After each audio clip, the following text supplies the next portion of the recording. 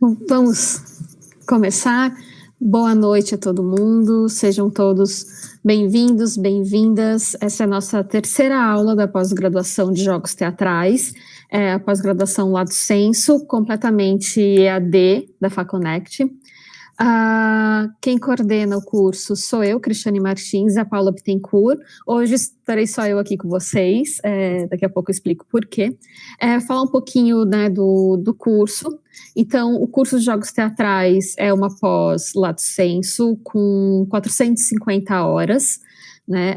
O foco é possibilitar a aprendizagem dos conceitos teatrais, explorar os temas, relacionar os temas, fazer teatral com elementos do cotidiano, usar, né, a arte e os jogos teatrais como ferramenta de aprendizado, né, não só de teatro, mas sim conseguir fazer essa interdisciplinaridade, incentivar a leitura, a escrita a partir dos estímulos propostos nos jogos, desenvolver a atenção, observação, concentração, X habilidades que são possíveis de se trabalhar, né, a comunicação, o trabalho em equipe, a liderança, proporcionar experiências que desenvolvam a capacidade artística, expressiva e sempre, né, comunicação, exercitar o senso de cooperação, organização, diálogo, respeito mútuo.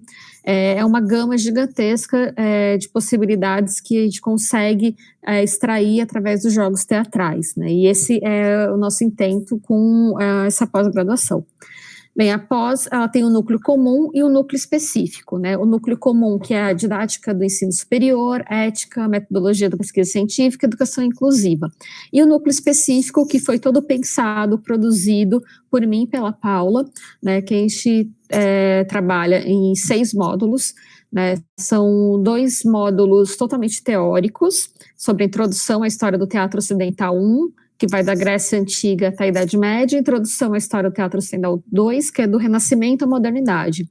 Depois a gente já entra nos próximos quatro módulos, direto na questão dos jogos, né? O primeiro módulo em conceitos, planejamento e preparação dos jogos, baseado na proposição de jogos teatrais da Viola Spolin.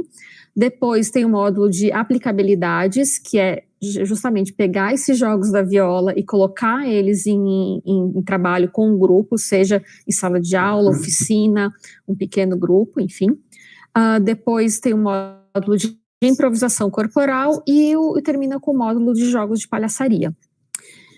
Essa é a nossa terceira aula, né? Então estamos na nossa terceira aula teórica, né? Então a gente encerra essa parte da história do teatro, da história da arte, com a disciplina de hoje.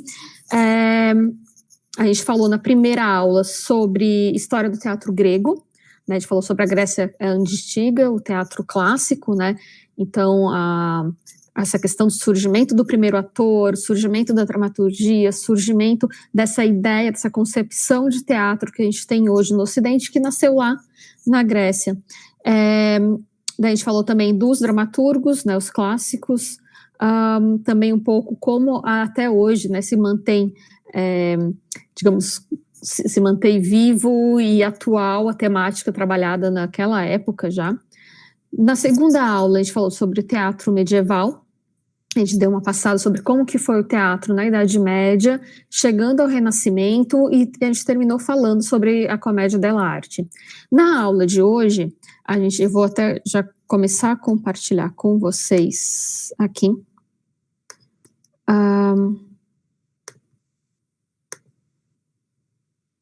Deixa eu ver se já está tudo certinho. Deixa eu só acompanhar aqui também para ver se a transmissão está ok dos slides.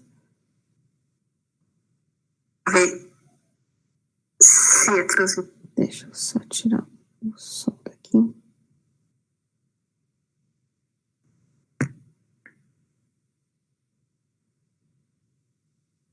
Vamos lá, já está. Tá. A gente começou a transmitir.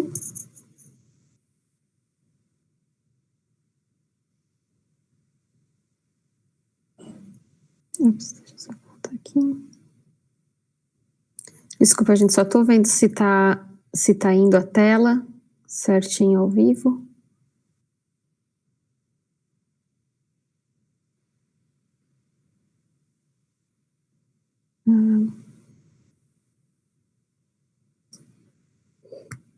Boa noite. Para mim não está aparecendo. Deixa eu perguntar.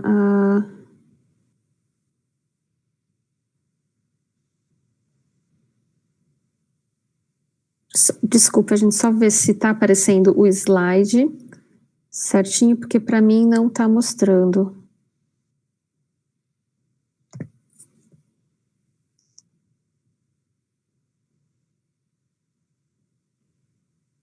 Não está. Tá, não está aparecendo o slide, eu vou parar a apresentação, tentar de novo aqui. Por alguma razão não estava indo a apresentação. Deixa eu ver. Agora foi? Tainá, só me dá um ok se foi. Se apareceu? Não? Ué.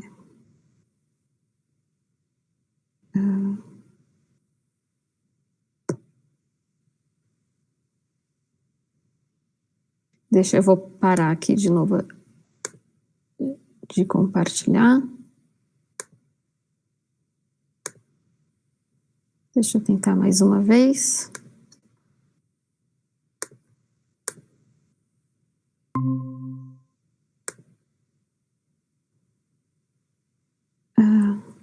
Não está aparecendo ainda?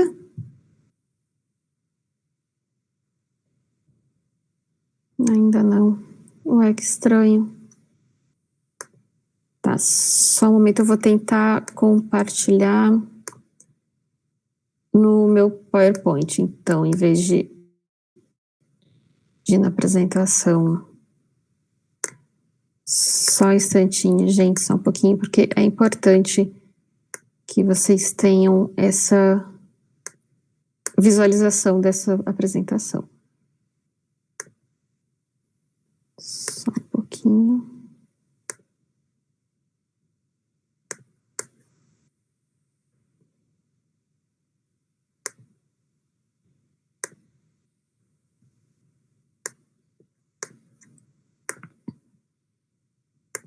Deixa eu ver se...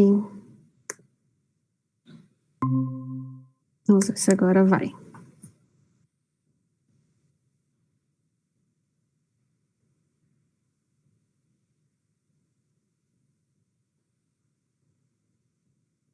Acho que estranho.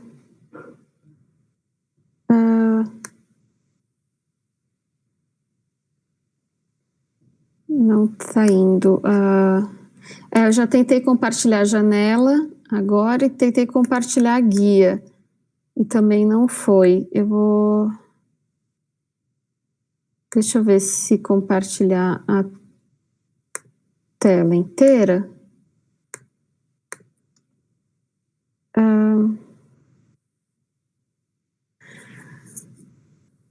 Deixa eu tentar mais uma vez.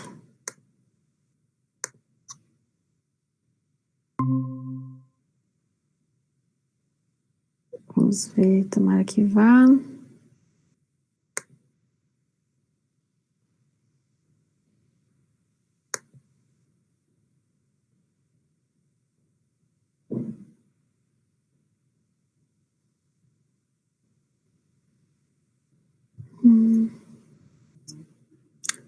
Continua sem ir, né? Para mim fica...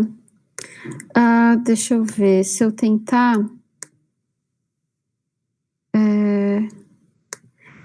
Eu vou tentar sair da chamada. Eu vou tentar sair e voltar, gente. Só um instante que eu já vou voltar.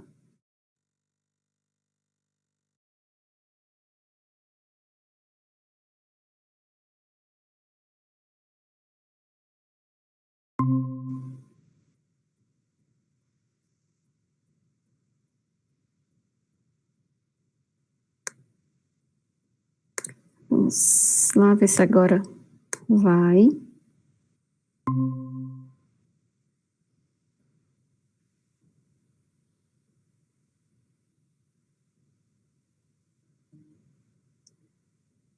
Agora foi. Que bom. Desculpa, gente, toda a confusão, mas é que é importante que tenha essa visualidade, principalmente nessa aula, né, de hoje, que eu vou falar muito sobre imagem, muito sobre os vídeos, tudo isso. Então, que bom que está indo agora. Voltando então um pouquinho, a gente teve essas 3 aulas, né? Essa é a terceira aula. A primeira aula sobre o teatro grego, a segunda foi sobre o teatro da Idade Média, a gente falou sobre o teatro medieval até o começo do Renascimento e a explosão da comédia dell'arte, né? E hoje já falar da modernidade e contemporaneidade, mas focado num aspecto surgimento das linguagens híbridas, né?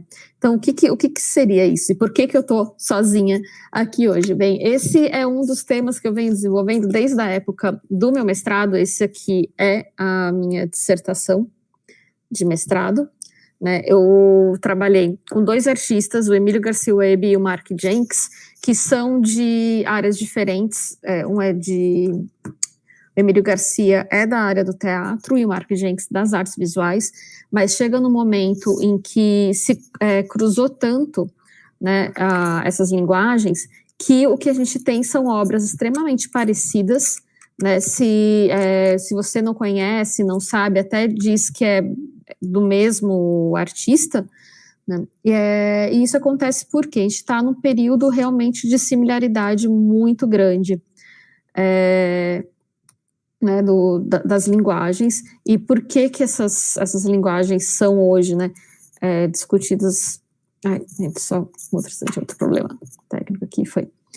Por que hoje são, né, tão discutidas e por que tem esse mix, né? Tem toda uma questão histórica, né, para que isso tenha acontecido. E é desse ponto que eu vou partir. Vou começar um pouco de história. Tem como deixar a tela do meu rosto menor, talvez? Para quem está no vídeo. Só para... não tem, tá, tudo bem.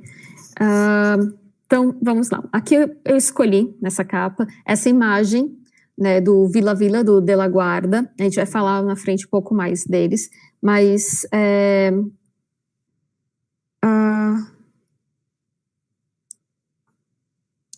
tá, tudo bem. Então, eu vou falar um pouco mais deles, mas é um grupo argentino que faz uma super mistura dessas linguagens, né? E aqui, essa imagem, eu acho fantástica, porque o público está todo aqui. Vocês conseguem ver onde eu estou indicando, né? O público fica todo aqui embaixo, e aqui estão os performers, né? Que é um grupo que tem um mix gigantesco de ator, cantor, dançarino, acrobata, o mix, né, de artistas que tem dentro do coletivo, que tinha, né? O coletivo acabou, é gigante. E isso é uma das características muito grandes que a gente tem hoje, né, nesses grupos experimentais. Mas como que começou essa mudança, né?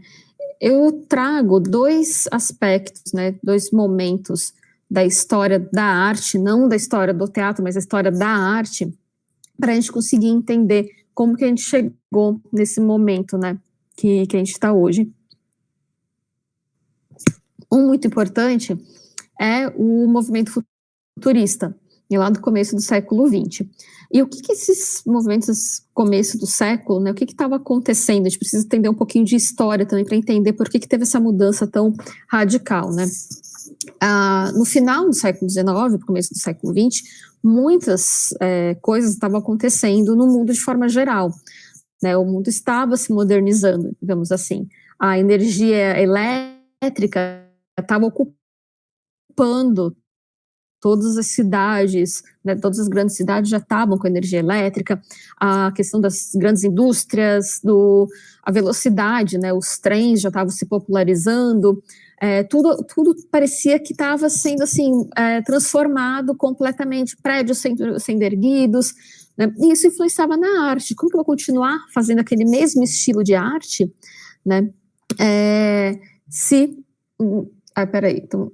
assim mesmo, a Breno perguntou aqui se não estou vendo seu rosto, assim, é que fica melhor para não ficar cortado, tá, gente? Então é uma melhor opção, deixar ele sem aparecer para vocês conseguirem visualizar melhor a apresentação dos slides e tudo mais. Tá bom? Quem quiser ir mandando pergunta no chat, qualquer coisa, pode mandar, tá? Não tem... Vai mandando, vai escrevendo, e no final a gente vai respondendo. Então, voltando só aqui. Então, teve esse período, né, do futurismo, que estava nesse momento histórico de muita coisa acontecendo no mundo, muita máquina, muita velocidade, tudo assim muito novo, muita novidade. E os artistas estavam assim, não posso mais continuar produzindo da mesma maneira, né, sentadinha no cavalete, né, aquele traço que hoje a gente chama de traço acadêmico, né, que era, né, ou como que se aprendia a pintar, principalmente na pintura, isso é muito forte, né, então como que se pintava, mas também no teatro isso tinha uma maneira certa de se apresentar, onde se apresentar, como se apresentar, todas assim estavam numa caixinha, né, a dança tinha aquela dança clássica, como que tinha que ser, e de repente eles viram, gente, tudo tá mudando, né, por que a arte tem que continuar fechadinha nessa caixinha, cada uma de um jeito? Não é que esses tipos, né, de arte clássico, tradicional, deixam de existir, em momento algum, a gente vê até hoje os mesmos formatos, mas os artistas começam a se questionar o que mais pode ter, né, como que eu posso ir além disso que já apresento. E o futurismo foi um manifesto, mais até do que um movimento artístico, como questão de materialidade, ele foi muito importante na questão enquanto movimento, enquanto manifesto.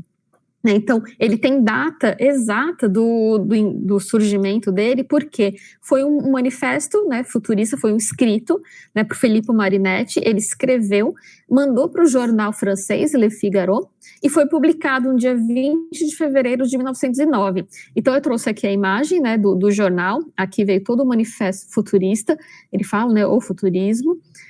Então, e ele falava justamente como que a arte tinha que negar, né, esse moralismo, essa forma de construção tradicional da arte, e tinha que valorizar os novos tempos, né, a indústria, esse movimento, esse outro tempo.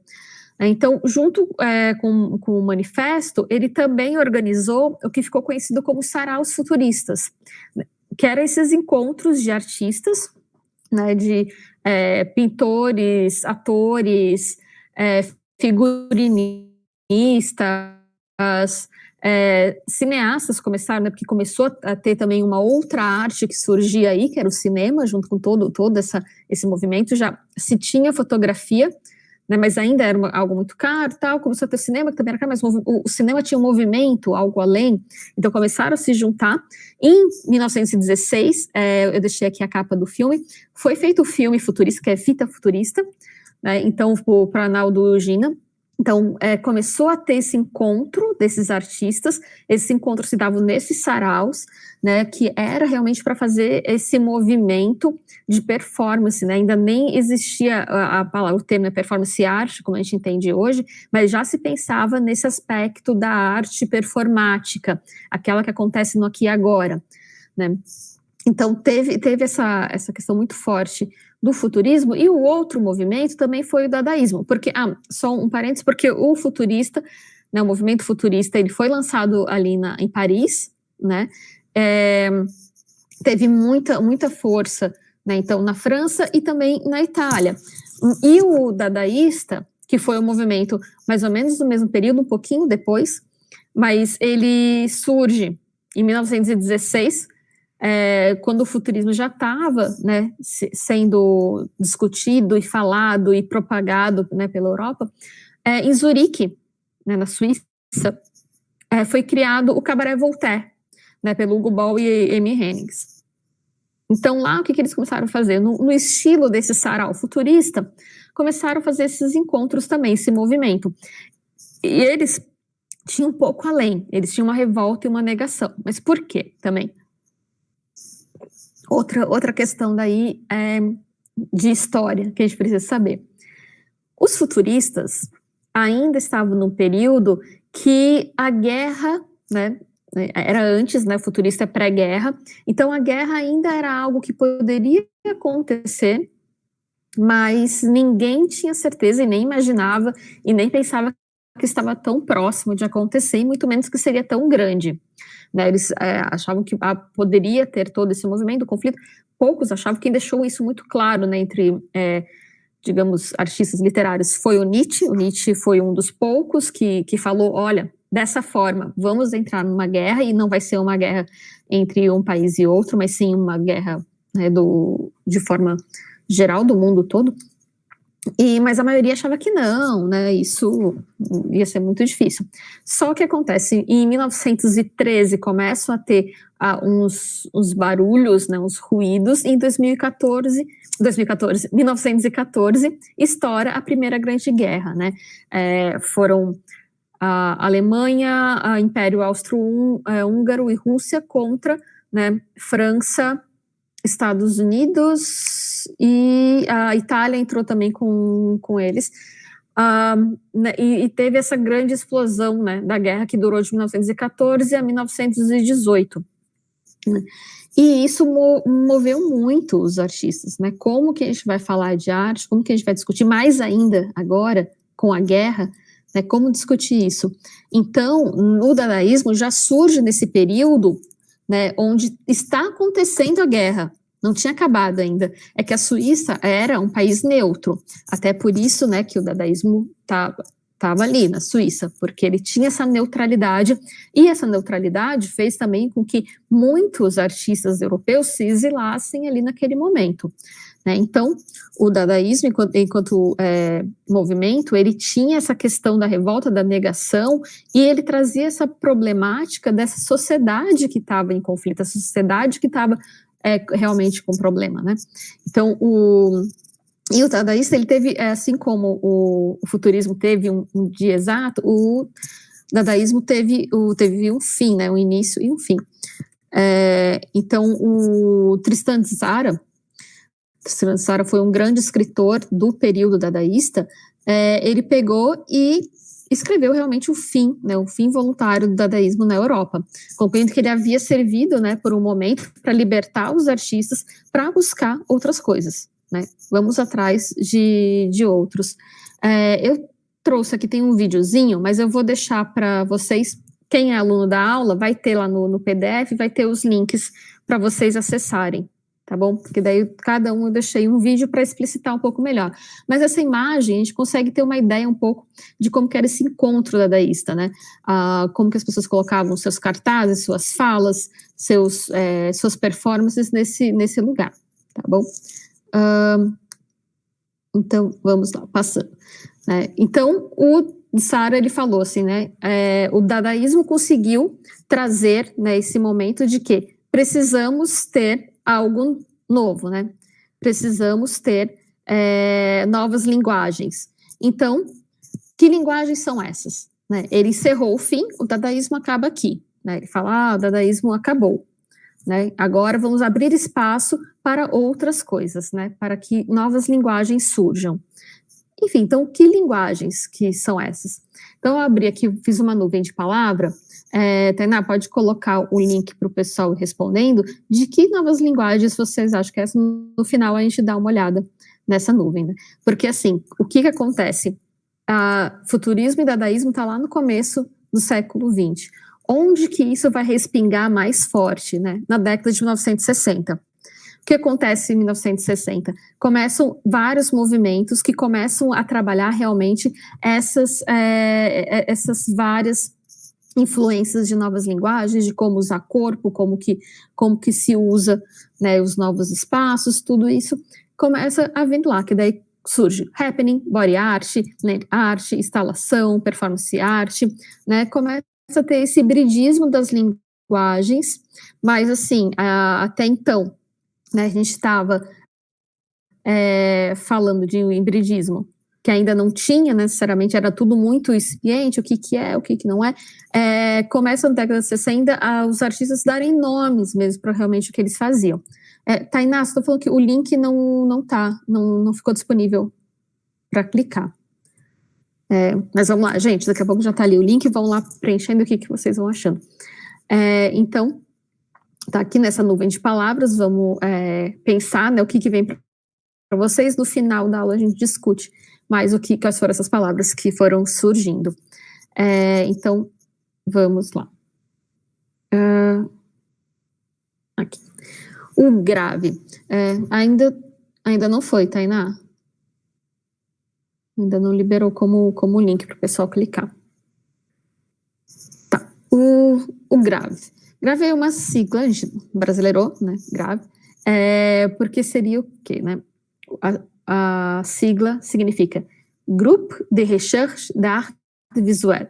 É um grupo francês, né, com vários artistas cinéticos, né, que usavam muito essa questão da luz, do motor, dessa nova, né, tecnologia. Eles se juntaram e formaram esse grupo de pesquisa de arte visual. Né, foi criado em 1960, em Paris. Né, entre eles estava o Morellet, o Júlio Leparc, o Sobrino, Garcia Rossi, o Stein, né, tinha uma série de artistas, né, que depois, eles eram muito jovens ainda no começo e muito diferentes dos outros artistas, e depois eles foram se destacando cada vez mais. Ainda não está indo, Tainá? O link não foi ainda. Tá. E o grupo, ele vingou até maio de 68, muito parecido com os movimentos da Daís Futurista, teve uma idade, né, já pensada, então ele nasceu em 1960, e o grupo mesmo se dissolveu e falou, não, acabamos aqui em 1968, eles fizeram também um ato, né, tem esse ato escrito, né, então as pessoas puderam lá ler, saber, tipo, os motivos que levaram o grupo a se separar.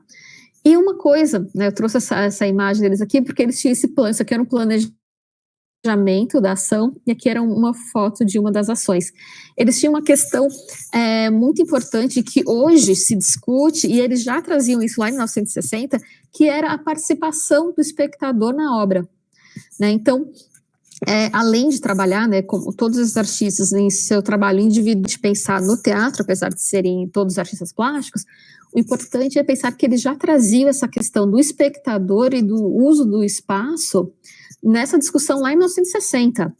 Né? Então, o que eles fizeram? Todo o planejamento de como fazer com que quem estivesse na rua fosse atravessado por essa obra, né, e participasse dela. E a obra só se completa quando tem esse contato, quando tem esse encontro. Né? Então, já era uma obra participativa sem eles nem saberem que existia um conceito de arte participativa anos depois. Né? Eles já foram produzindo isso. E eles fizeram isso em vários momentos, né? Inclusive na Bienal, acho que foi na Bienal, foi Bienal de Veneza, que já teve nessa época, eles fizeram, né, ela toda, nesse período, fizeram uma montagem, mesmo sendo no espaço, né, expositivo, mas todas as obras tinham essa questão da participação. Né? Depois, outro grupo que várias pessoas devem conhecer, que trouxe isso de forma muito grande, foi o grupo Fluxus, né? É um grupo norte-americano, não só norte-americano, ele surgiu, né, nos Estados Unidos, que o George Maciunas que fundou, ele também criou um manifesto, eu trouxe aqui a imagenzinha, né, esse manifesto escrito, semelhante também aos movimentos dadaístas, futuristas, tem essa questão do manifesto, né. Então, ele surge em 1961, mas o que caracterizou muito o Fluxus, até essa questão do nome dele, é justamente por ter esse fluxo de pessoas, de participantes, de localidades diferentes.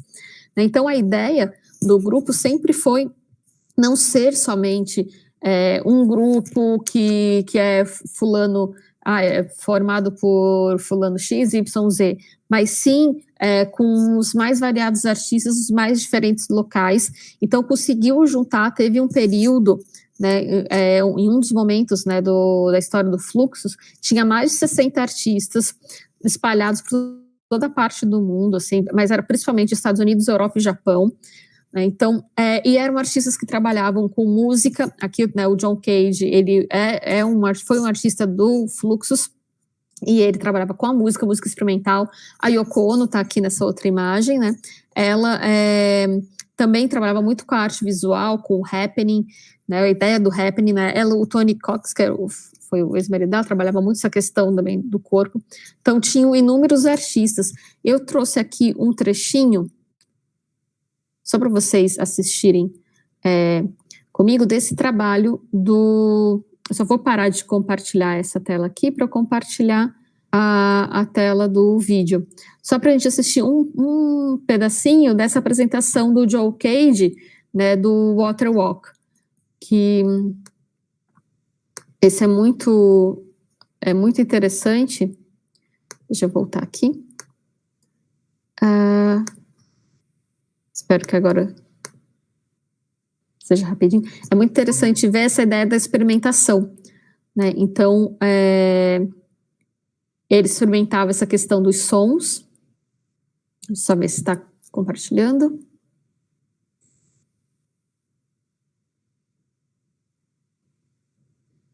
Ixi, não foi de novo?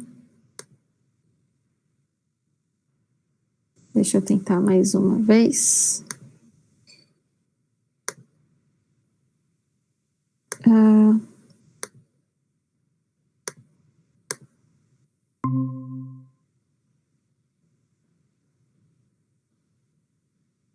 Deixa eu ver se agora foi.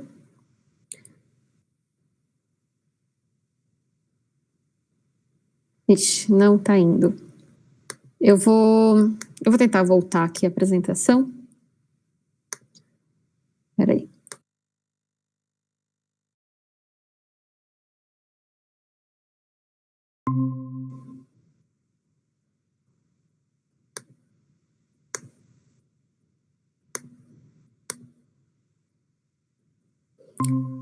Só ver se agora vai.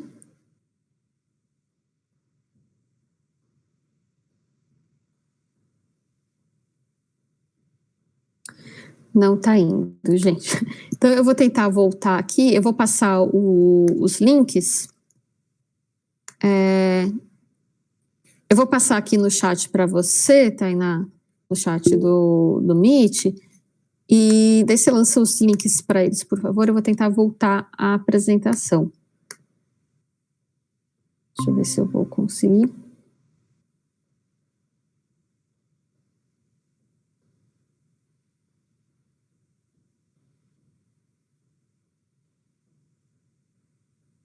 Não está apresentando? Ah, não devia ter saído, né?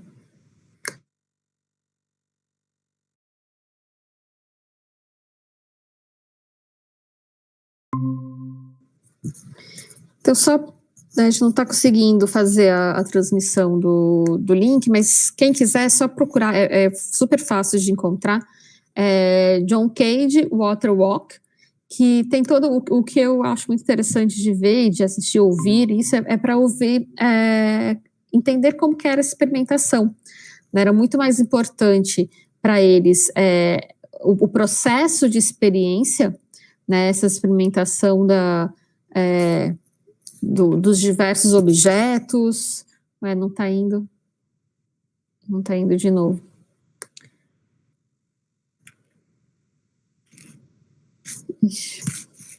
Então, peraí, deixa eu tentar tirar.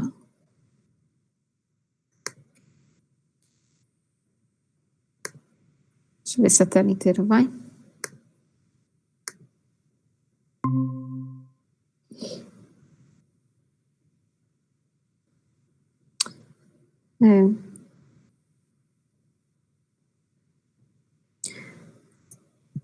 Enfim, deixa eu ver, não está indo, deixa eu parar aqui. Eu vou tentar sair de novo.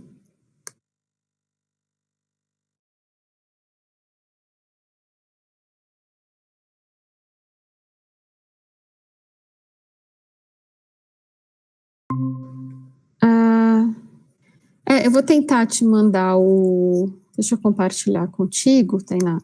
Ver se você consegue compartilhar. Você consegue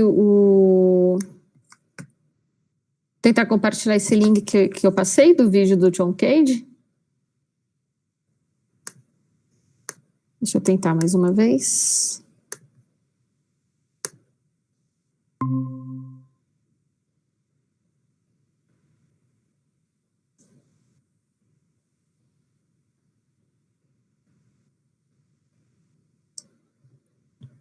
Vamos ver se vai. Não foi.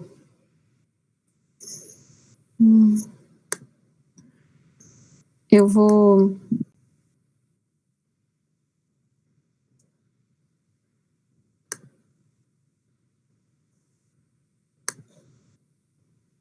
Eu vou compartilhar aqui.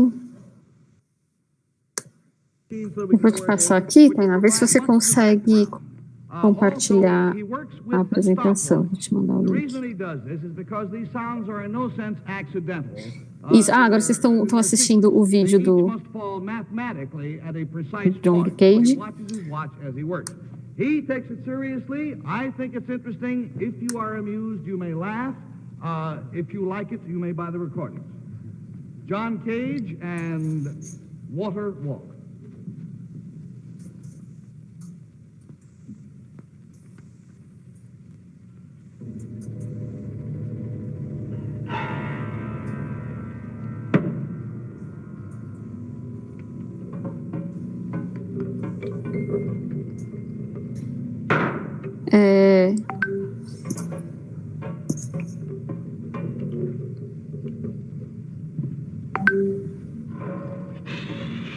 Então, assim, é muito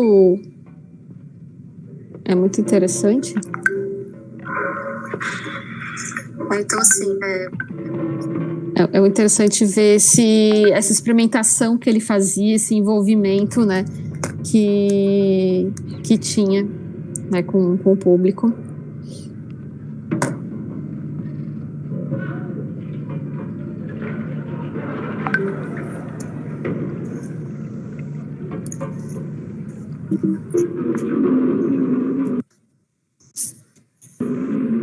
Então, assim, ele usava esses objetos comuns do dia a dia, né, para fazer essas sonoridades. Tá, então, agora a Tainá vai apresentar, tá, para continuar aqui, e eu vou continuando, eu vou apresentando aqui.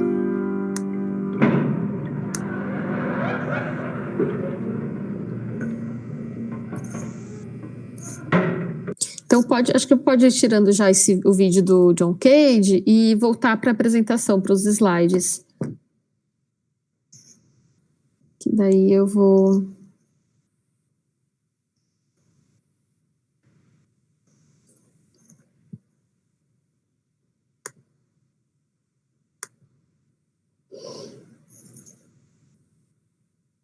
Então, vamos lá, só esperando aparecer aqui os slides.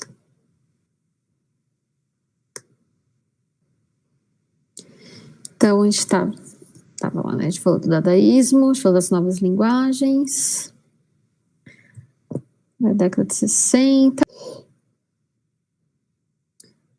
Então, o fluxo, então, ele estava bem nessa pegada. Já é o próximo, outro slide. Já vai para o fluxos. Pode passar. Passou aí do grave, já falei.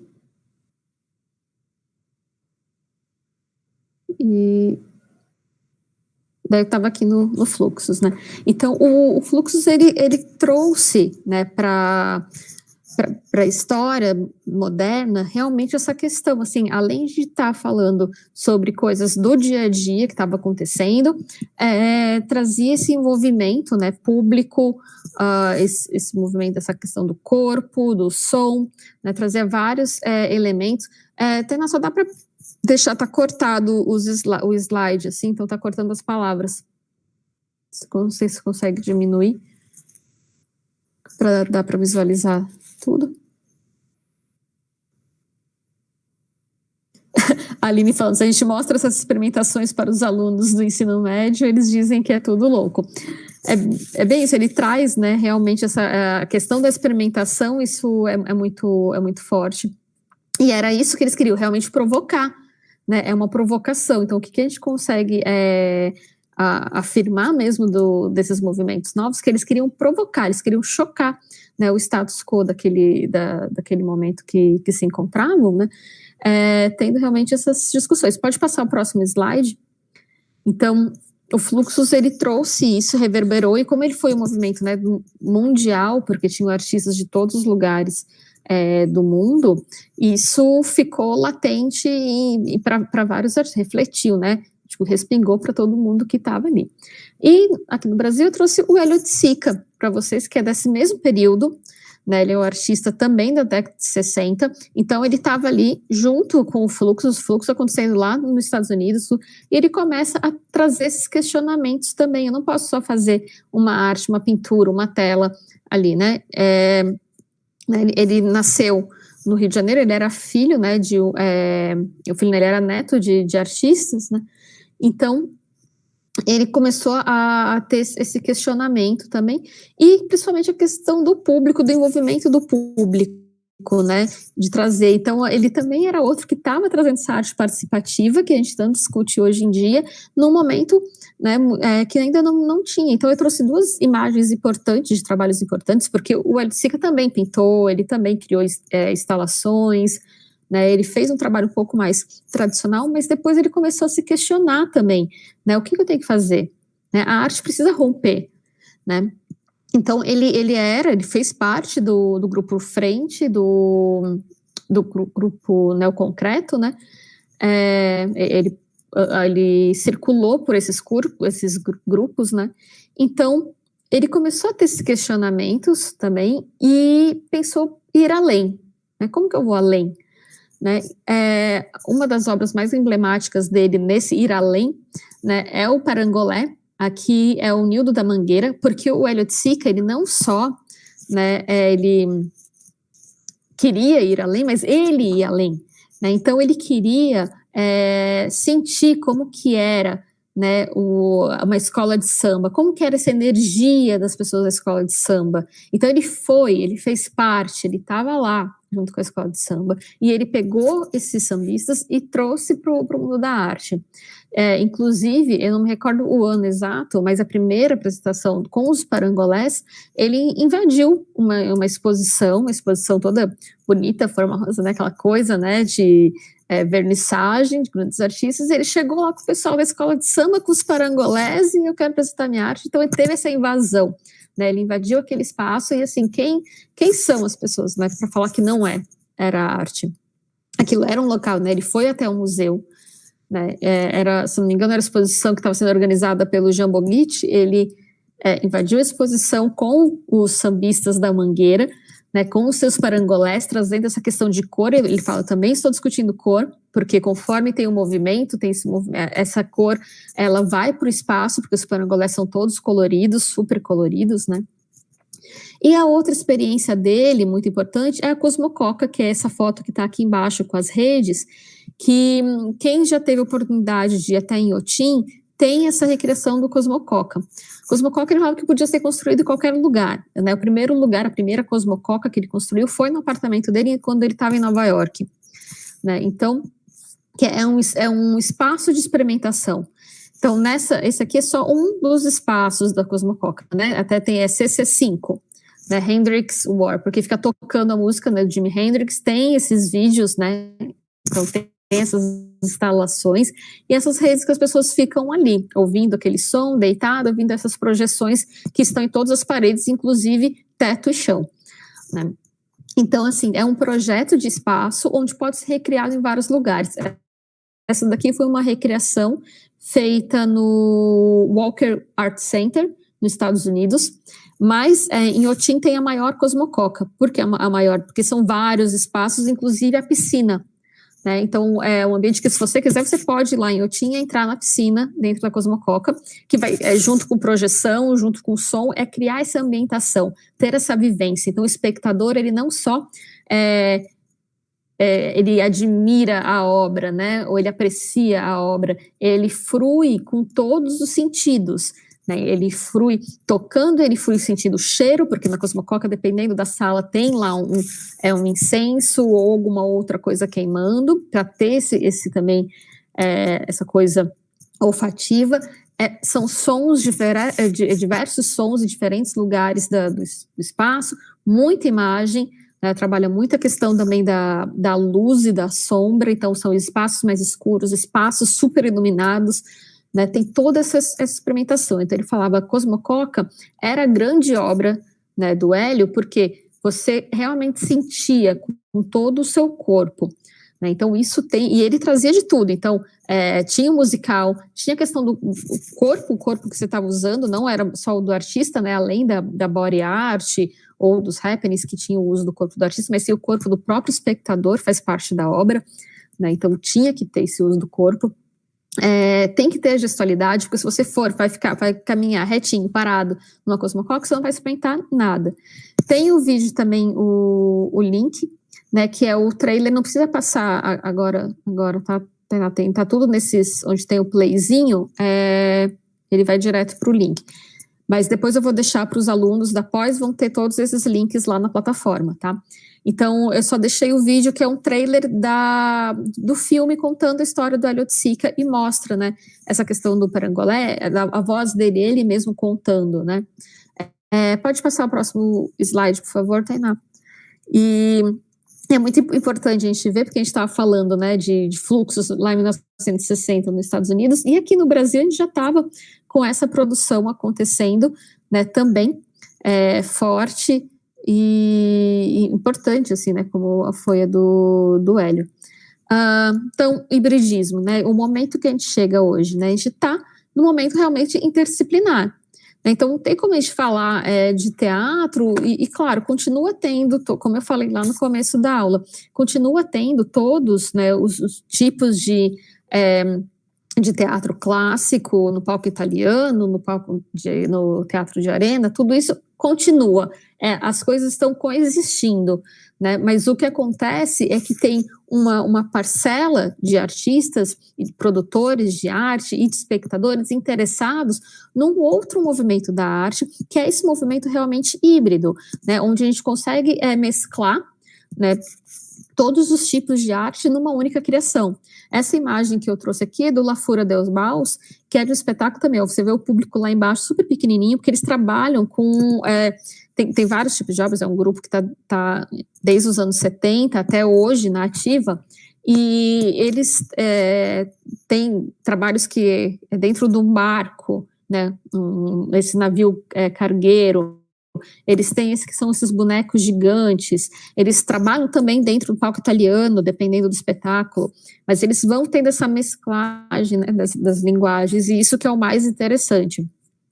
Pode passar o próximo slide, por favor, Tainá?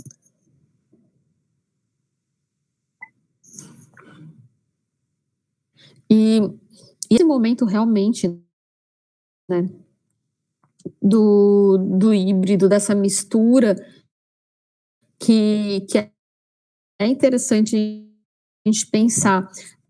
E o jogo, quando a gente fala de jogo... Então, falando do La Fura dels Baus, mas tem o videozinho deles também, que o deles seria legal passar, Tainá.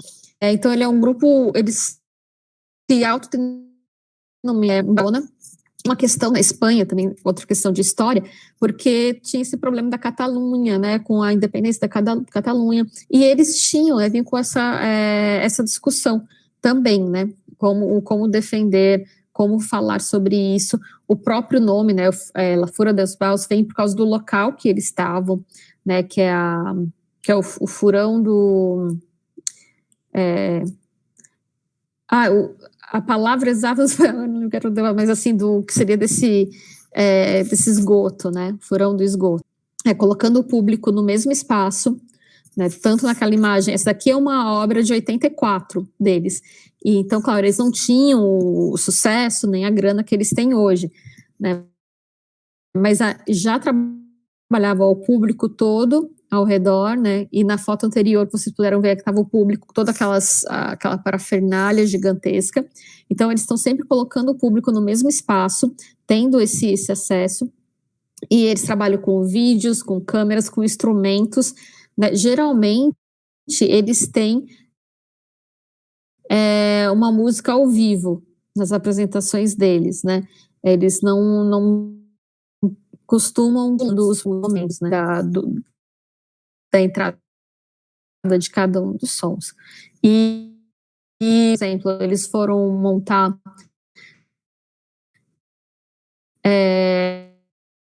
Fausto, do Goethe, tinha todos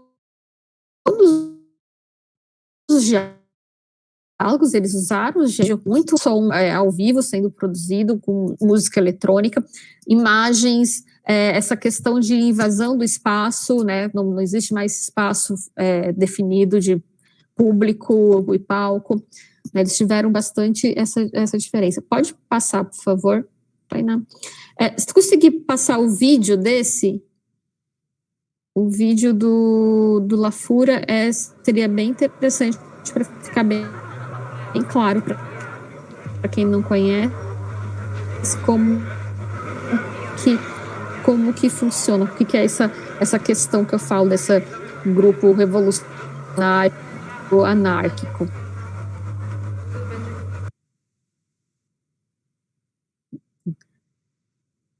Não precisa ser nem só mexer.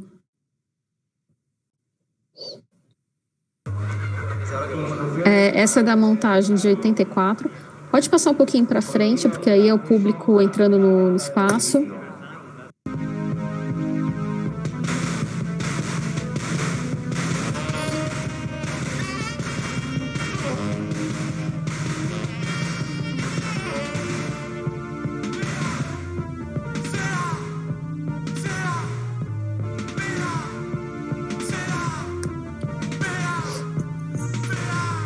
Então, essa é a performance chamada Actions, né, de 84.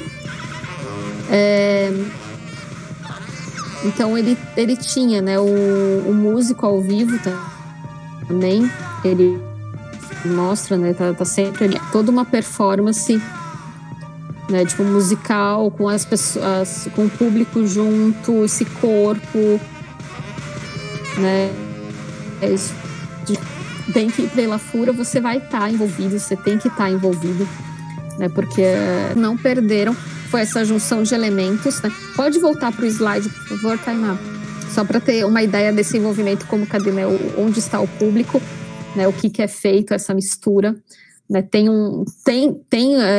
essa parte é muito interessante, que eles quebraram, eles tiveram um patrocínio na época, eles conseguiram alguns carros velhos, né, e eles quebravam, né, esses carros realmente, então tinha realmente esse espírito anárquico revolucionário no grupo, que de certa forma se mantém ainda até hoje, porém, né, utilizando mais uma outra via, né. Pode passar para o próximo slide, por favor. Então, mas esses grupos que eu estou trazendo são exemplos de como, né, que eles encontram essa mistura de linguagem, né? Muito, né, mistura da música com questões também sociais, porque não é só a mistura de linguagem artística, mas também de trazer aquela coisa que no futurismo, dadaísmo já estava lá, né, que é de trazer o que está acontecendo. Então, a Aline tá cortando bastante. É o áudio, Aline, que está cortando? Agora a gente vai falar um pouco do Bob Wilson. O Bob Wilson já é um pouco mais tradicional, digamos assim, porque ele utiliza o palco italiano, né? Mas ele traz uma coisa que é muito forte em todas as apresentações dele, que é a plasticidade da cena, né? Então, essa imagem é no palco, né? É um trecho da peça Lulu, e ele sempre vem primeiro dessa imagem poética, né? Você poderia ter essa imagem tipo num quadro na sua casa como um objeto realmente de obra de arte, como se fosse uma pintura, né? Uma fotografia feita para ser exposta, mas não, é uma peça, né, uma cena de uma peça teatral.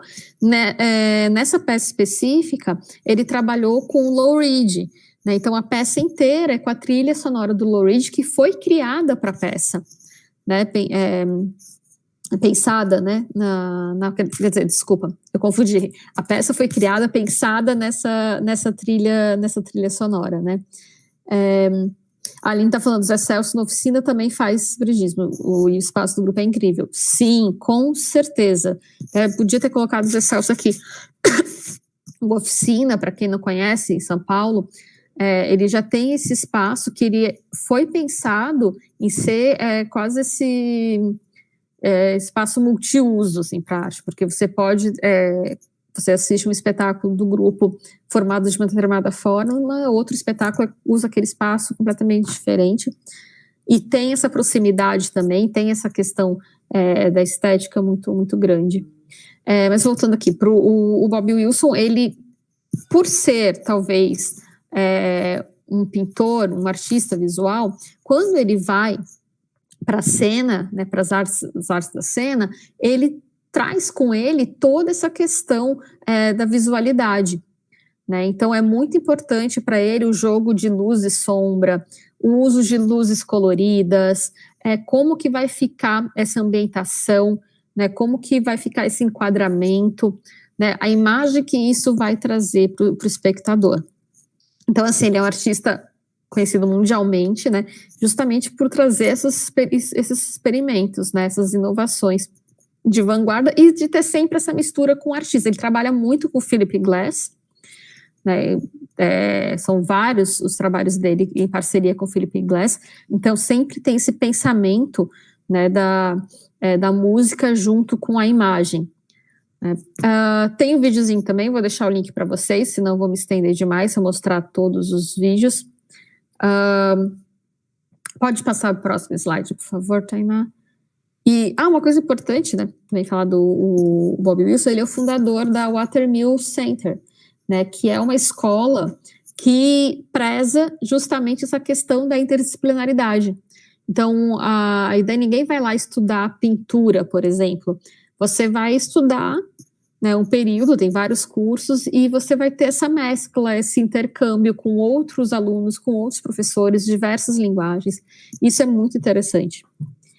Eu trouxe aqui para vocês também como um exemplo de um grupo que faz essa mescla das linguagens, que é o grupo de dança Cena 11, né, de Florianópolis. Ele é dirigido pelo Alejandro Hammer, também ainda tá nativa desde 95. Essa imagem que eu trouxe é do Imperfeito, o espetáculo de 97. Eles têm também essa ideia da visualidade muito grande nos espetáculos dele, então, assim, eles vão além da dança, né? Eles trabalhavam muito no começo com a questão da queda, né? Então, o que esse impacto dessa imagem, que é uma dança, mas não é uma dança clássica, né? Então, você está vendo realmente um corpo se estatelando no chão, então como que isso vai reverberar para quem está assistindo. Tem muita mistura com tecnologia, né? Então eles confluem nessa prática, né, de corpo com tecnologia como extensão do corpo, uma expansão de si, né? A expansão da cena, né? É uma cena expandida. Outro termo que se usa muito hoje em dia para se falar, né, de teatro, de artes cênicas, é a questão da cena expandida. E o Cena 11 trabalha muito isso, né? Vai muito além daqueles corpos que estão ali no palco, ou às vezes o público está junto, está muito próximo, ou em cima do palco, ou em um espaço multimeios. Então, como que está junto, né? Como que é esse corpo do dançarino junto com o corpo, né, do espectador? Pode colocar o vídeo, por favor, deles, Tainá, porque esse também é importante, é um teaserzinho deles que tem um compilado de vários momentos. E foi criado quando o grupo completou 20 anos em 2015. Então, a gente consegue ver assim no vídeo essa mistura. Pode até passar um pouquinho para frente, porque ele tá, esse comecinho dele mostra umas obras lá do começo de 95, 96, então tinha essa mistura, se vocês estão vendo, né, tipo, eles tinham andaimes, eles usavam perna de pau, carrinho de controle remoto, então eles traziam vários elementos. Esse não era só um carrinho de controle remoto andando por aí, ele tinha uma câmera, e essa câmera projetava a imagem ali ao vivo, então você vinha de vários ângulos. Atrás a gente está vendo a DJ, então era essa música sendo produzida junto, né? E a visualidade, né, da cena, ela é muito, muito forte, né? Aqui outra mescla, né? A gente tem de vídeo com performer, né? Tem isso até que, tipo, a cachorrinha junto, que é muito, muito interessante, né? De ver todas essas cenas. Então, vai muito além tipo, de só uma dança ou de ter uma apresentação visual, é uma mistura, né? Então, sempre tem essa mescla, né? Não dá para definir numa única caixinha, é um grupo de dança. Eles se chamam como grupo de dança, né? Grupo de dança você não usa, mas é muito além de só dança, né? Aline falando, né? O protocolo Elefante é fenomenal, você não usa. Sim, que foi criado, acho que ele não aparece nesse compilado, que esse aqui é de 2015. Mas a gente consegue ter essa noção aqui para vocês terem uma noção do que estou falando. Pode voltar para os slides, por favor. Mas isso, então, já está essa mescla, né? Corpo, som, visual, né? E tem também os momentos, realmente, assim, que eles também contam uma história, né? Então, tudo... Pode já passar para o próximo slide. Então, ele já tem vai mesclando, né? Se poder falar, tipo, tem todas as linguagens ali. Eles ainda trazem tecnologia que, lá no começo, se for pensar, o dadaísmo nem era tão forte, mas eles trazem, né, como um outro elemento de cena. Outro grande exemplo que trabalha muito isso é o Teatro da Vertigem. O Teatro da Vertigem também está nativo ainda desde 91, né? Ele é dirigido pelo Antônio Araújo, o Tó. Ele é um grupo instrumental, ele começou desde o primeiro espetáculo. Essa foto de cima é do primeiro espetáculo deles, O Paraíso Perdido, que foi feito dentro de uma igreja, né? A primeira apresentação, se não me engano, foi dentro da igreja. Eles fizeram dentro do presídio do Carandiru, já espetáculo. Eles fizeram espetáculos, essa aqui de baixo, que é o BR3, que é no Rio Tietê. Para quem já veio aqui em São Paulo sabe dos problemas do Rio Tietê, né? Tipo, o cheiro, tudo isso. Então, você ficava no barco, o público pegava aquele barco, e esse cheiro fazia parte, né, da cena, e eu vendo, né, várias ceninhas que se passavam ao longo do rio. Né? Eles já fizeram no Sesc da Paulista, só que na parte de fora, né, o castelo. Eles já fizeram na rua. O último espetáculo deles, se não me engano, era no Brás, era um trajeto, era na rua mesmo, né? As pessoas iam caminhando. Deixa eu ver se... tem um videozinho, se puder passar o trechinho, porque esse vídeo deles é de 1 minuto e 11, que foi quando eles ganharam o prêmio do Itaú Cultural de 30 anos. Prêmio Itaú Cultural 30 anos, né? Em 2017. E daí ele mostra umas partes bem interessantes do grupo, né, vários momentos também. As partes bem interessantes do grupo, né, vários momentos também.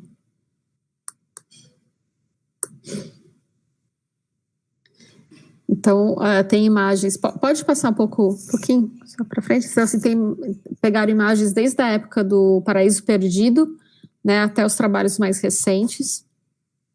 Então, tem essa mescla também, né, a ocupação do espaço, tipo, tá na rua, tá na igreja, tá no presídio, tá numa outra sala, tá num metrô, né? Eles vai tendo toda essa exploração espacial, né? Aí no BR3, que é no Rio Tietê, né? E eles trazem alguns momentos, tem, né? Pode tirar, por favor. Então, assim, ele tem também ainda o texto, né? Trabalha a questão textual ainda também. Então, é muito relevante pensar como um grupo de teatro, mas que vai além do grupo de teatro, né? Porque vai além do texto. Né? Ele trabalha essa questão do espaço, esse contato com o público, coloca o público dentro, né? Como se o público fosse um cúmplice. Né? Ele é cúmplice de tudo que está acontecendo ali. Então, é preciso engajar esse público, fazer com que ele tenha todas essas sensações, né, essas coisas que seja o cheiro, seja o tato, seja o visual, né, muito, muito além do que um teatro. Não pode trocar o slide, por favor. Muito além do que o teatro. O próximo, que eu trouxe para vocês aqui para explicar é o De La Guarda, que é aquele que eu mostrei para vocês lá no comecinho, que ilustrou, né, a apresentação. O De La Guarda é uma pena porque o grupo, a companhia se encerrou, né, em 2006, com a separação do Bichon e do Dick James, que eram os criadores, né, mas ela foi formada em 93, teve um longo, né, tempo, chegou a ter uma sede em Nova York, né, porque eram 2 grupos. Tinha um grupo da Argentina, que ficava circulando, né, o mundo inteiro, e tinha foi criado um segundo grupo que ficava em Nova York, por tantas pessoas que iam para assistir, né, foi feita a temporada lá, e aquilo se alguém que já foi para Nova York, sabe dessa questão da Broadway e todo esse movimento que tem teatral lá, e daí, claro, né, tipo, o De La Guarda viu como um espaço para poder explorar isso, já que eles eram muito requisitados lá. Então, eles tinham esses 2 grupos, viajavam o mundo inteiro e fizeram um sucesso fenomenal. E eles não tinham texto, né, eles tinham uma narrativa, né, o espetáculo chamava Vila Vila, e foi um único espetáculo, foi um grupo com vários espetáculos, era esse único espetáculo que circulou o mundo inteiro, tinha toda uma narrativa, porém não tinha um texto, né. Hoje, né, parte do grupo se mantém, né, no Fuerza Bruta. Esse também é interessante, mostra o videozinho dele, porque a proposta dele sempre foi experimental, nunca foi fazer um espetáculo de teatro, né, nunca foi contar só uma história, mas era essa experimentação de música, principalmente, né, com movimento, essa questão da suspensão das cordas, que foi muito novo, que eles trouxeram, tinha um pouco de tecnologia também, porque tinha os motores que guiavam, que faziam com que essas cordas descessem e subissem de uma velocidade rápida, né, esses painéis, essa questão do grande espaço, né, então era um espaço muito grande, não tem como fazer uma montagem, né, nem do De La Guarda, nem do Fuerza Bruta no espaço pequeno, tem que ser um espaço bem grande, tem que ter muita segurança, é uma equipe gigantesca, né, então eles trazem toda essa mescla. Eles estão discutindo também questões sociais, porque Vila Vila né, bicha em espanhol é favela, né, seria a nossa favela aqui, então seria conta essa trajetória da pessoa, né, que sai desde o momento que acorda até o final do dia, né, e como que acaba nessa euforia, nessa coisa já desgastada, molhada, acabada, né, que é assim que a gente acaba no nosso dia, né, e tem esses momentos, né, de fúria, de força, então é muito forte o espetáculo, por mais que não tenha um texto, você consegue entender essa narrativa, essa criticidade que eles têm também, né? E tem performance do mundo inteiro também, né? Então não eram só argentinos, a maioria do primeiro grupo era, mas assim, depois começou a ter gente de tudo que era lugar, porque o importante era ou você sabia escalar, trabalhar com as cordas, você sabia cantar, ou você sabia dançar, eram essas qualidades que eles queriam pro performance do espetáculo. Né? Então faz toda essa mistura, tem muita visualidade de vídeo, né? A própria visualidade que eles criam no meio da cena, essa música sempre ao vivo, né? Tipo a voz, o instrumento, então isso era muito impactante, o público sempre embaixo, né? Sempre vendo de baixo toda essa movimentação. Pode voltar para o slide, por favor, Ana? Então esse era mais um exemplo dessa experimentação de um grupo. A gente via falar de De La Guarda, tá sempre como grupo, porque nunca falava assim, nos lugares estava lá o grupo de teatro, o grupo de performance, o grupo experimental. Pode passar para o próximo já, porque eles trazem bem isso. A Brenda está me perguntando aqui no chat se teve brasileiros no grupo. Sim, não, se eu não me engano, teve uma brasileira no grupo. O De La Guarda tinha, mas assim, tinha realmente mais estrangeiros, mas assim, tinha pessoas da Ásia, tinha muito mais ainda argentinos, né, no grupo, mas tinha pessoal da Ásia, tinha pessoal dos Estados Unidos. Eles abriram audição em Buenos Aires, abriram audição em Nova York, né, então teve, né, tipo, toda essa possibilidade de pegar pessoas de vários lugares do mundo. E eu trouxe aqui também o Erro Grupo, que é um grupo que eu tenho muito carinho, porque são de colegas, né, surgiu na UDESC, que foi onde eu e a Paula estudamos, né, então foi um grupo criado em 2001, tá super nativa ainda também. Tem essa questão de trazer espetáculos que unem, né, as linguagens, principalmente a ocupação do espaço urbano, né, eles estão sempre experimentando, né, criando experimentações. É um grupo realmente muito crítico, né, critica realmente as questões sociais que a gente vive. O vídeo eu vou deixar para vocês porque ele é longo. Eu escolhi um vídeo de um espetáculo chamado Jogos de Guerra deles, que se passam em 3 localidades diferentes, digamos assim, né? Tipo, você pode ver o espetáculo de diversos ângulos, né? Um deles é na própria rua, outro no espaço onde você está vendo, e você controla uma parte aqui, né? Uma parte numa sala, uma parte o outro grupo controla. É muito interessante. Aquela montagem icônica feita no Brasil. Qual montagem, Aline? Do balcão, que você falou, Alice, me lembrei do espetáculo Balcão. Aquela montagem icônica feita no Brasil. Pode passar para o próximo slide, Tainá.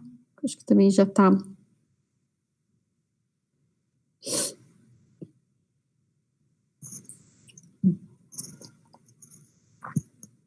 Vamos para a nossa nuvem de palavras.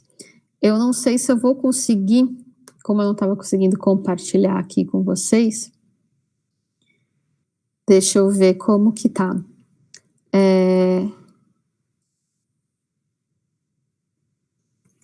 Eu vou... Tivemos poucas palavras. Vamos lá, gente. Coloca lá no link, procura lá e monta as palavras com as linguagens híbridas você conhece. Até agora a gente tem teatro musical, performance, uso do corpo, intervenção urbana. Bem, pode ter muito mais, né? Pode ter as que já ficaram tradicionais, né? Tipo happening, body art, mas a gente sabe que tem essa questão da visualidade, da tecnologia, né, da questão da cena cibernética, cena expandida, né, que vai além daquela cena, daquilo que conta. Deixa eu ver, pode voltar, a nuvem está muito pequenininha, vamos lá, coloca de novo o link, a Tainá colocou aí o link para participar, vão lá preenchendo, que no final eu tento compartilhar, vamos ver se eu consigo compartilhar a nuvem. Mas vamos pensar nas palavras que estão... Então, vamos lá. Nuvem de palavra.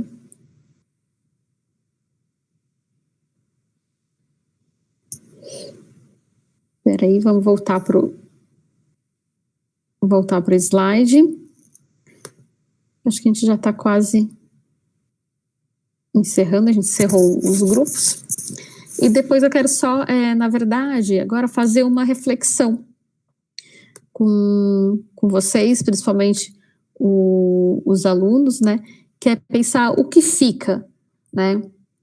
De todo esse hibridismo, tudo isso que a gente viu até agora, né? Quais são os elementos em comuns? Né? Então, vou lançar essas 4 perguntas. Quais são os elementos comuns? Houve a ressignificação do espaço?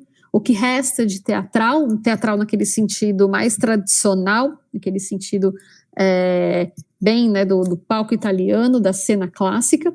E o que mais chamou a atenção, né, de todos esses grupos, de todas essas emergências, né, quase... alguns dos grupos quase trabalham na estética da emergência, assim, né, aquilo que precisa ser falado agora, precisa ser mostrado agora. Então, o que te chamou a atenção? O que te trouxe? Né? Eu queria trazer esses questionamentos para vocês refletirem, né, e claro, vamos trocando ideia, vamos trocando figurinha, e vamos ampliar esse repertório, né? Vamos tentar ir além. ir além, participar. Então, vamos lá, eu vou tentar, Tainá, eu vou tentar compartilhar aqui, ver se eu consigo compartilhar a nuvem. Eu vou tentar aqui pelo Meet, se eu conseguir, para vocês verem que ela já deu uma melhoradinha. Ó, tá mexendo aqui. Vamos. Foi?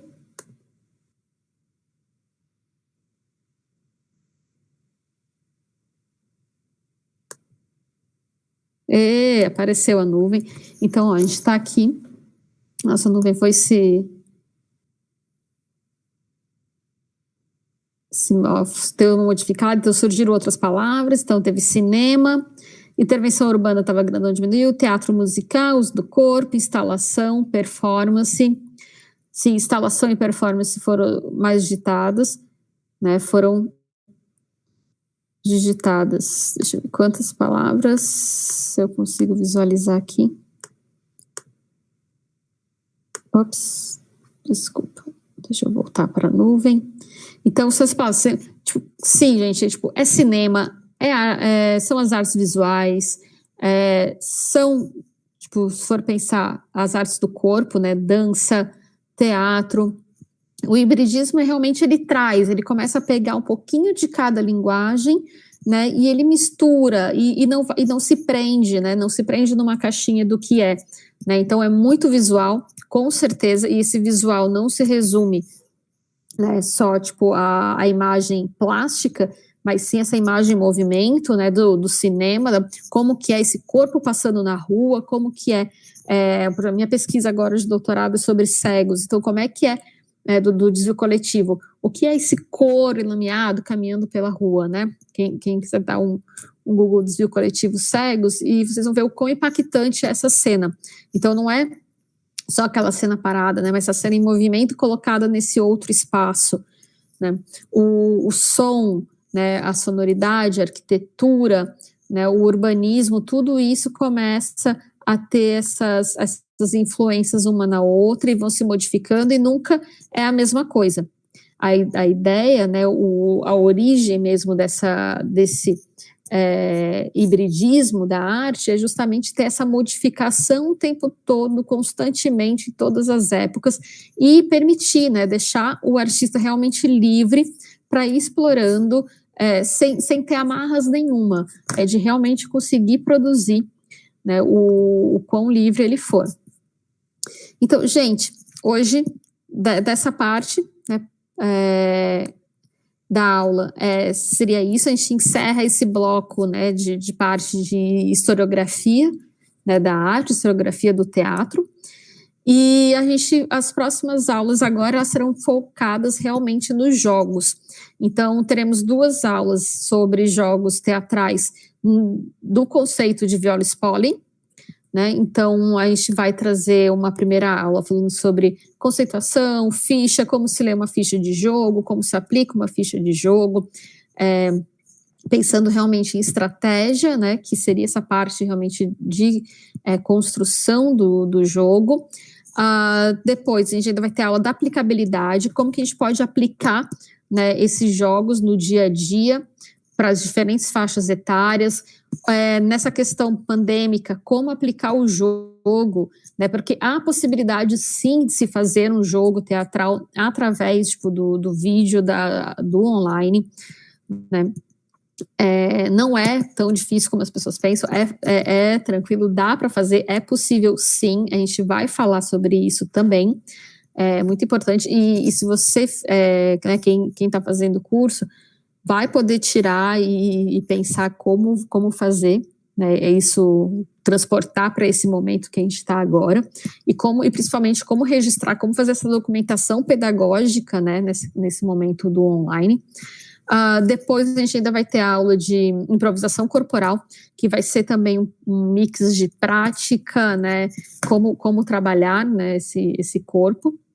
E por último a gente vai encerrar com os jogos de palhaçaria, que daí vai ser a Paula, né, a Paula vai estar aqui, que é a especialidade dela, né, a pesquisa dela é sobre a palhaçaria.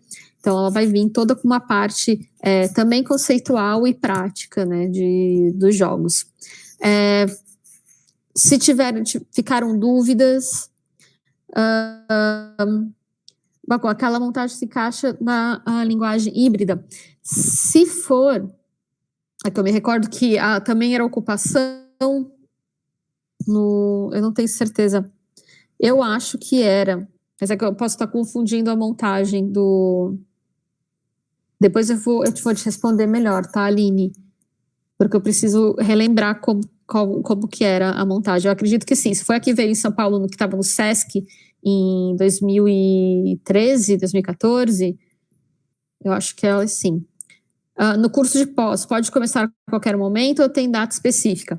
O curso da pós, ele é EAD, ele está aberto já, então, a partir do momento que você faz sua matrícula, a Faconete já libera o seu acesso, tendo o seu acesso liberado, você já vai ter lá os módulos, já vão estar os módulos do núcleo comum, como do núcleo específico, você vai fazendo no seu tempo, tá?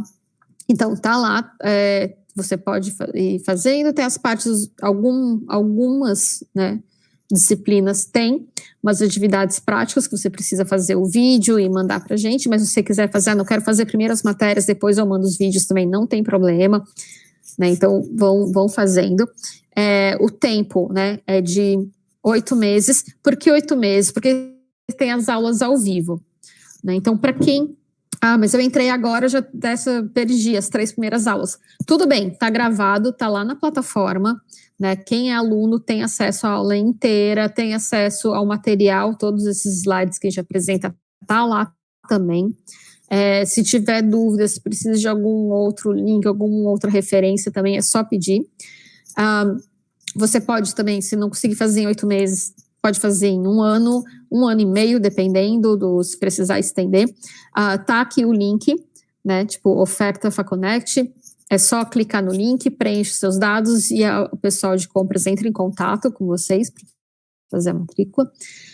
É o curso aprovado pelo MEC, tem certificação sim, tá, então é um lato sensu, é uma pós, é uma especialização em jogos teatrais.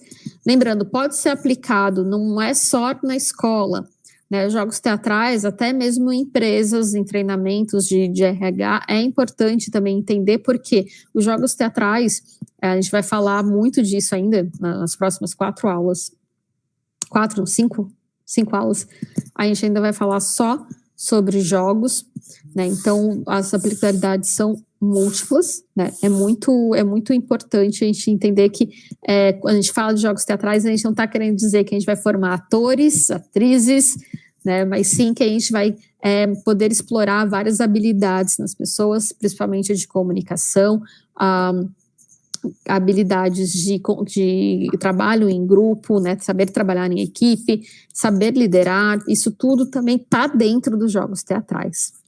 Então, eu acho que é isso, não sei se alguém mais tem alguma dúvida. Se não... também, lembrando, essa live também vai ficar gravada, depois a gente vai ter só uns cortes e vão subir o vídeo no canal da Faconect. Quem ainda não é inscrito no canal, se inscreve, porque as aulas são sempre por aqui, então é só se inscrever no canal, toca o sininho, né, para receber as notificações, e é isso, deixa também o seu joinha. Então tá, Aline, obrigada pela aula, obrigada por vocês, quem acompanhou do começo até o fim, aos nossos alunos também que estão assistindo ao vivo ou pela gravação, muito obrigado por estar conosco, qualquer dúvida que vocês tiverem, qualquer disciplina, qualquer conteúdo, pode entrar em contato com a gente tem o maior prazer em responder, tá?